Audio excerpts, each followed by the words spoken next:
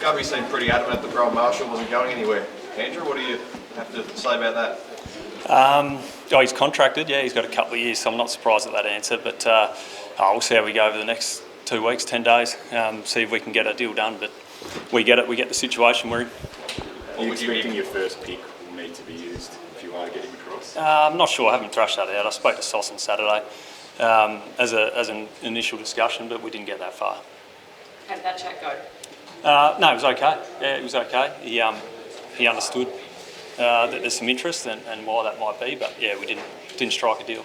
Can you land him and Kerner? It will be hard work. Speaking openly, it's there's a lot to do with the collateral we have. If we want to do that, we've got to get busy. Spoken directly to either Rowan or Charlie? Spoken to Rowan, yeah. How's that? Yeah, it's good, nice bloke. What's the challenge of having to try and get Charlie, and then you've got to put some of your very good players on the table, and you might not get him, so you know the balance of that. Yeah, like I said, there's a bit to work through with that. It is a balance. And no players have come and said they want to leave, so that's a positive. And so we'll thrash out exactly what it looks like. And at the end of the day, the Charlie one realistically is going to be hard to do. It's challenging, but he's a gun player, so it's not something we're willing to put a line through day one of trade period. Is it your view that he would prefer to come to Geelong? I've only heard speculation about all that. Yeah. Who's the priority, Andrew? Rowan or Charlie? We'll be clear on that in the next few days. You said last week that if you couldn't get a deal done with Charlie, you'd work that out pretty early and you'd move on. Like, at what point, is it 3 days, 7 days? Like, at what point do you sort of move on to the next thing if Charlie, if you might not be able to get that? Yeah, it's hard to put a timeline on it.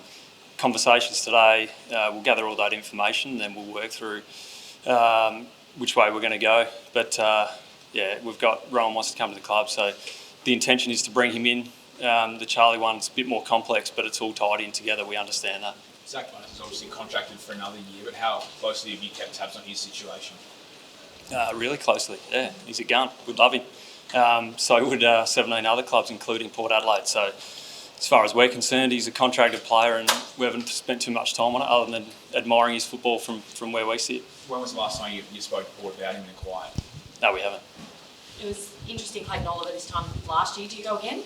No, we won't. We were lucky enough to get James Warple in as a free agent a couple of days ago. So from an inside midfielder point of view, that's the way we see James, and that's probably how we viewed Clayton Oliver this time last year. So, we've got some high-end talent run on the outside. We've just got to make sure we've got enough depth around the stoppages and the inside of our midfield. So we're able to do that through James, so it probably means less likely with Clayton.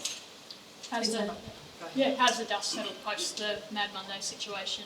Where are you guys at in terms of that? Yeah, I think the club put a statement out. Obviously, we're not perfect. We don't stand here and pretend to be. There's no, when you've got a playing list and staff like us, there's no finished product. We're a work in progress all across the board as a club, like everyone probably should be. We're no different. Every now and then, there's things that pop up that ideally don't, but we can only learn, educate from here, our players and our people. There's been a report in the last few days that there was a stage where Bailey's whereabouts was under question for a number of days. Is that correct? And are you confident in the club's sort of management and handling of him at the moment? Really confident, yeah. Really confident. No, that wasn't all factual. I was aware what he was up to. But like I said, I'll get the interest in Bailey. But, him playing footy this year is a real success story for the game. As I said, we're all not perfect. We've just got to continue to keep working together and how we... those little moments that might bubble away, we've just got to keep educating. How did you approach, obviously, things like the social media posts with him, given there's been so much happening with him over the last month with the photographer and then this? Yeah, it's not our style to communicate to media about how we talk to our players and work through that stuff. So I once again get the interest, but that's not something that we're willing to talk about publicly about how we go about that. Thanks, guys. Thank you. Appreciate it.